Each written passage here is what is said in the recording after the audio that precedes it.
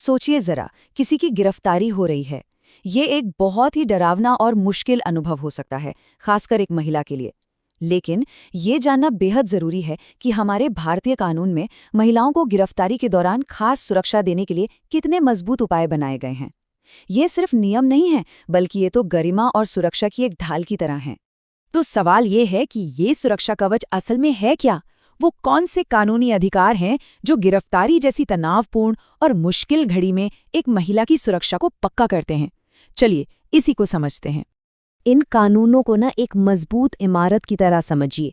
और इसकी नींव क्या है? इसकी नींव सिर्फ कुछ नियम नहीं है, बल्कि एक महिला की गरिमा, उसकी सुरक्षा और उसके मानवाधिकारों की रक्षा का जो मूल सिद्धांत है, वो है। हर कानून एक एक ईंट की तरह है जो इस पूरे सुरक्षात्मक ढांचे को खड़ा करता है। तो चलिए सीधे गिरफ्तारी के उस पल में चलते हैं। जैसे ही कोई महिला पुलिस के संपर्क में आती है, भारतीय नागरिक सुरक्षा संहिता के तहत कौन से खास नियम हैं जो तुरंत लागू हो जाते हैं?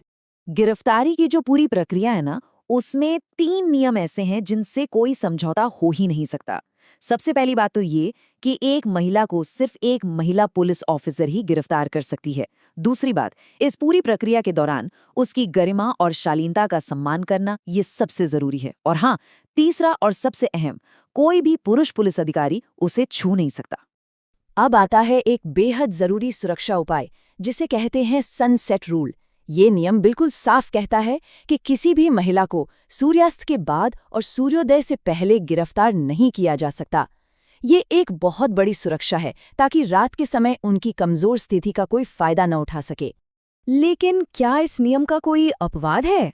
हाँ है, पर वो भी बेहद सख्त है। बहुत ही असाधारण हालात में रात में गिरफ्तारी सिर्फ तभी हो सकती है जब किसी मजिस्ट्रेट से पहले से लिखित में इजाजत ली गई हो। और ये ऊंची शर्त इसलिए रखी गई है ताकि इस नियम का कोई गलत इस्तेमाल ना हो और रात में गिरफ्तारी सिर्फ तब हो जब उसे टाला ही ना जा सके। अच्छा, गिरफ्तारी होने के साथ ही प्रक्रिया खत्म नहीं हो जाती। इसके ठीक बाद तलाशी और किसी अपने को खबर करने जैसे कुछ बहुत जरूरी अधिकार सामने आते हैं, जिन्हें समझना बहुत महत्वपूर्ण है। तो गिरफ्तारी के फौरन बाद ये 3 अधिकार बहुत ज्यादा मायने रखते हैं। पहला, अगर तलाशी की जरूरत पड़ती है तो ये काम सिर्फ एक महिला अधिकारी ही करेगी और पूरी निजता का सम्मान करते हुए। दूसरा, अगर मेडिकल जांच होनी है तो वो भी सिर्फ एक महिला डॉक्टर ही कर सकती है। और तीसरा, जो कि सबसे अहम है, गिरफ्तार महिला को ये पूरा अधिकार है कि वो अपने परिवार, दोस्त या वकील को इस बारे में बताए। और यहाँ एक बात बिल्कुल साफ समझनी होगी, किसी को खबर करने का अधिकार सिर्फ गिरफ्तार महिला का हक नहीं है। ये पुलिस का कानूनी कर्तव्य है कि वो ये पक्का करे कि सूचना दे दी गई है। मतलब जिम्मेदारी पुलिस की बनती है। अब बात करते हैं उस समय की जब एक महिला को हिरासत में ले लिया जाता है। उसे जिस माहौल में रखा जाता है वो उसकी सुरक्षा के लिए सबसे ज्यादा जरूरी होता है। मान लीजिए एक महिला को हिरासत में रखा गया है, तो कानून ये पक्का करने के लिए साफ नियम बनाता है कि वो सुरक्षित रहे। उसे पुरुषों से अलग लॉकअप में रखना होगा। रात के समय महिला पुलिस की निगरानी अनिवार्य है। अगर वो गर्भवती है तो उसके साथ खास संवेदनशीलता से पेश आना होगा। रात में उससे पूछताछ नहीं की जा सकती और यौन उत्पीड़न के खिलाफ उसे सख्त सुरक्षा दी जाती है। इन सभी नियमों के अलावा कुछ ऐसे बुनियादी कानूनी सिद्धांत भी हैं जो इन सभी सुरक्षा उपायों को असली ताकत देते हैं, और वो है हमारा सुप्रीम कोर्ट और भारत का संविधान। DK बसु बनाम पश्चिम बंगाल राज्य का मामला एक ऐतिहासिक मोड़ था।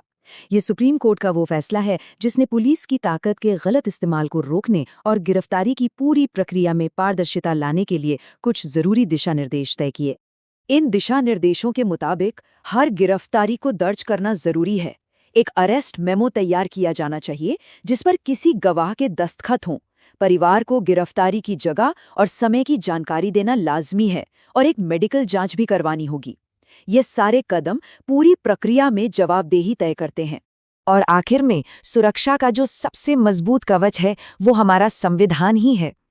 ये सिर्फ एक कानूनी किताब नहीं है, ये हर नागरिक की गरिमा के लिए एक आखिरी और सबसे बड़ी ढाल है। संविधान का आर्टिकल 21 आखिर कहता क्या है? ये जीवन और व्यक्तिगत स्वतंत्रता के अधिकार की गारंटी देता है, जिसका सीधा मतलब है कि हर व्यक्ति को सम्मान के साथ जीने का हक है और ये सम्मान गिरफ्तारी के दौरान भी बना रहना चाहिए। फिर आता है आर्टिकल 22, जो गिरफ्तारी से जुड़े 3 बुनियादी अधिकार देता है। पहला, गिरफ्तारी की वजह जानने का अधिकार। दूसरा, अपने वकील से सलाह लेने का अधिकार। और तीसरा, 24 घंटे के अंदर अंदर मजिस्ट्रेट के सामने पेश होने का अधिकार। तो यहाँ ये देखना बड़ा दिलचस्प हो जाता है कि हमारा संविधान कैसे एक संतुलन बनाता है। देखिए, एक तरफ है आर्टिकल 14 जो कहता है कि भाई कानून के सामने सब बराबर है, बिल्कुल सही। लेकिन वहीं दूसरी तरफ है आर्टिकल 15(3). ये सरकार को एक खास ताकत देता है कि वो महिलाओं के सुरक्षा के लिए, उनकी बेहतरी के लिए खास कानून बना सकती है। इन सभी कानूनों और अधिकारों को समझना बहुत जरूरी है, क्योंकि असल में ज्ञान ही तो शक्ति है। तो इन सभी पेचीदा नियमों और अधिकारों का सार बस एक सीधी सी बात में छिपा है: हर कीमत पर महिलाओं की गरिमा, सुरक्षा और मानवाधिकारों की रक्षा करना।